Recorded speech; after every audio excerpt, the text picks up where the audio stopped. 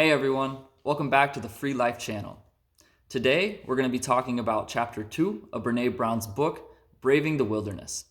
Before we begin, I would appreciate an early thumbs up and go ahead and click on the subscribe button because with your help, these videos can reach a larger audience. I've also created an Instagram account in which I'll put the description and the link in the description below, and you can follow along there if Instagram is your platform of choice. So it's funny, I'm trying to belong to myself and accept myself more. And this is like my 100th try at making this video. And I kind of laugh and I say, oh, it's okay, just be authentic, belong to yourself and accept your flaws and the mistakes that you make instead of restarting every time. And so anyway, it's like a little sub note. Anyway, let's jump into today's topic. So according to Brene Brown, belongingness is an innate human desire in which all of us feel, and it's our desire to fit in to something larger than us. We all want to belong to something externally, to a mission or a purpose. However, if you remember yesterday, finding your place to fit into the world, it starts here inside. And when you belong to yourself, you're able to fit in anywhere and everywhere at all moments, because you realize when you belong to yourself, you belong in this moment. And so as we go, maybe you're walking down the street or you're watching the news or you're driving your car, the external world is throwing so many messages at you and trying to persuade you to think differently, or trying to be somebody you're not, or trying to achieve something that's in the future, or making you think about the past. But remember, you have to belong in this moment. Be here, be present, be now. And we talked yesterday about the idea of writing yourself permission slips to be yourself and to belong to yourself. Telling yourself, it is okay for me to be me. And so today we're going to talk about one more way in which we can find our true sense of purpose within, in ways that we can remind ourselves that it's okay to be ourselves. And so Brene Brown, in her book, she talks about this acronym, BRAVING, in which we'll go letter by letter.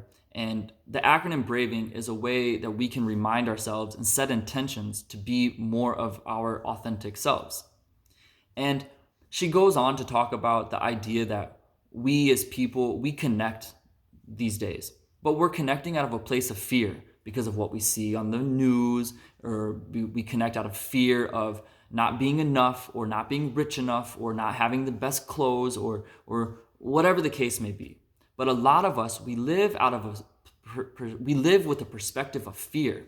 And when we do that, we suppress our own selves because we want to avoid conflict, because we're fearful of conflict. We do things that others think are best for us because we want to avoid criticism, because we're fearful of what others will think of us.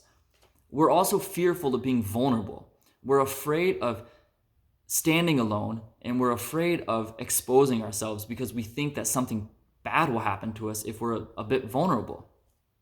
And so instead of connecting out of fear, what we should aim to do is connect out of a place of love and compassion for one another, and stop beating each other up when we disagree, or when somebody does something that's silly, or when somebody has the courage to take a step. We shouldn't criticize. We should aim to have empathy and say, wow, and applaud each other for being brave and for having courage within themselves. And so in order to do this, we must establish trust. We have to establish trust in each other. But that trust in each other comes from ourselves.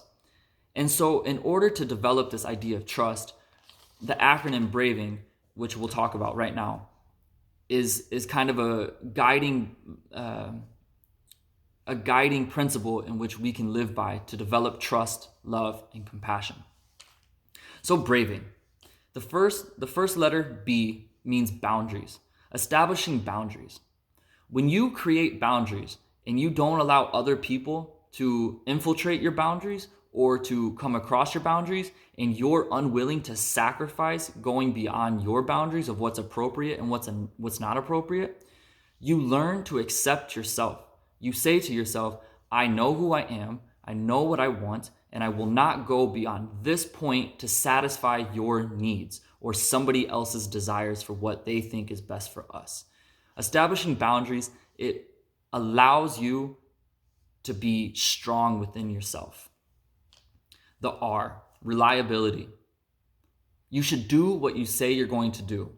And when you live in the ideas of reliability and doing what you say you're going to do, what you're really doing is you're giving yourself the option to say no to things, because you don't want to overwhelm yourself. You don't want to overload yourself. You can't do 20 different things at one time.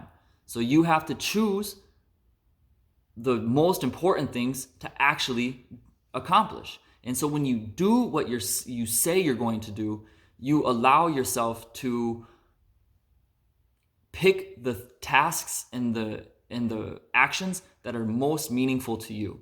And that's a way that we can belong to ourselves a little bit more. The A means accountability.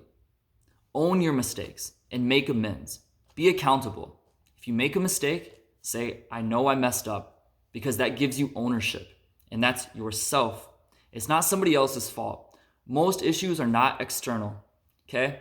Maybe you're driving down the road and somebody cuts you off. It's not their fault that you're angry. Maybe they made you angry, but be accountable and hold yourself saying, this is my anger to deal with. And with anger, that's an energy in which action can take place. Don't hold on to that anger, but let it go. So being accountable, owning your mistakes, and then making amends from those mistakes is something that will allow us, me and you, to accept ourselves a little bit more, saying these are my emotions and I'm in control. The V, vault. Now this is kind of an interesting one. So think about a bank.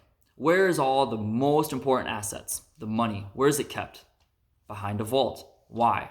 Because it's safe, it's secure there. And so when you're connecting with yourself and you're connecting with other people, maybe you have a friend that's going through a divorce or something, or maybe you have a friend that's trying to identify with being gay or straight or something that's a really big decision in life. Well, this person may choose to share that information with you. And so when that person shares that information with you, you have to be a vault. If my best friend were to tell me something, it is not my responsibility to go to some other friends and share that information. That's not my story. That's not my information to share. I need to be a vault and hold that stuff within. Because when you share stories about other people, the people that are listening, they develop this sense of, maybe you're not trustworthy because you're sharing something that's not yours to share. And so think about that. The next time you hear information, the next time somebody tells you something important, hold that in. Because when you're able to hold that in, not only do you trust yourself more, saying, hey, I am trustworthy in myself because I trust myself not to share, but also you allow others to trust in you even more. And if you remember, trust is the building block of love and compassion. The I, integrity. Do the right thing even when nobody is looking. And don't do what is fast, comfortable, or easy sometimes. Sometimes it's easier to go with your friends because it's easy instead of avoiding conflict. Maybe you're exhausted from your day of work, but your friends ask you to go to the bar drinking. Say no. Have integrity. Do what's right. Don't allow yourself to go against what you believe in. The N, non-judgment. Listen with non-judgment. Listen to your own thoughts with non-judgment. For me, when I meditate, it's a time frame in which I can just watch my thoughts go across my head and practice not saying, oh, that's a bad thought, or that's a good thought. Just watch them. And when you act from a place of non-judgment, you promote a sense of energy of easiness and acceptance of everything. And you don't personalize things. When you judge, you make it personal. And others, when we're connecting with other people, connecting with ourselves, when you just accept what is, you're not emotionally affected by what you're hearing. And so practice non-judgment. And lastly, the G, generosity. You should try to act from a generous point of perspective first. Have empathy, be generous, smile at other people. And when you act from a place of generosity, you'll see that the world around you will start to be a little bit more generous. People will be nicer. People won't be so hateful towards you. You won't be so hateful towards yourself. Because when you are afraid of conflict and then conflict finds you, it just reaffirms that fear. But if you're able to act from a place of generosity or empathy, you see that conflict isn't such a scary thing. So in the book, there's a quote by Joseph Campbell that Brene Brown uses. And he says, "You make your own path as you go with each step. If you can see your path in front of you, then perhaps it isn't your path. It's a path that has already been created." And so as we're going through our lives, try to think about life in each moment, belong in this moment, and create your path as you go. Don't take the path that's already worn out, that has footprints already. Maybe if your best friend's going down that path or your family's going down that path, you can walk alongside of them, but make your own tracks in the snow or the dirt or the forest, wherever you're walking, the wilderness, right? So yeah, that kind of wraps up what chapter 2 was about. And remember the ideas of braving, in which you need to establish boundaries, you need to be reliable, hold yourself accountable, you need to be a vault, be trustworthy, have integrity, act with integrity, practice non-judgment, and then act from a place of generosity. And together with these things to remember, you can begin to further accept yourself and belong to yourself. And through time, acceptance of yourself will give you the power and the feelings of being able to fit in no matter where you are in the world, because you fit with yourself and you accept yourself, and you won't be a leaf in the wind blowing in whichever direction. You'll be a tree standing firm, and then you'll attract others around you that want the energy and to learn from you and say, I want to love myself just as much as you are loving yourself. So again, thank you so much for listening, and I appreciate it.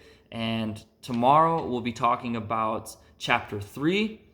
And yeah, enjoy the rest of your day. And remember, belong to yourself, belong in this moment, and you can free your life from negative emotions. Thank you.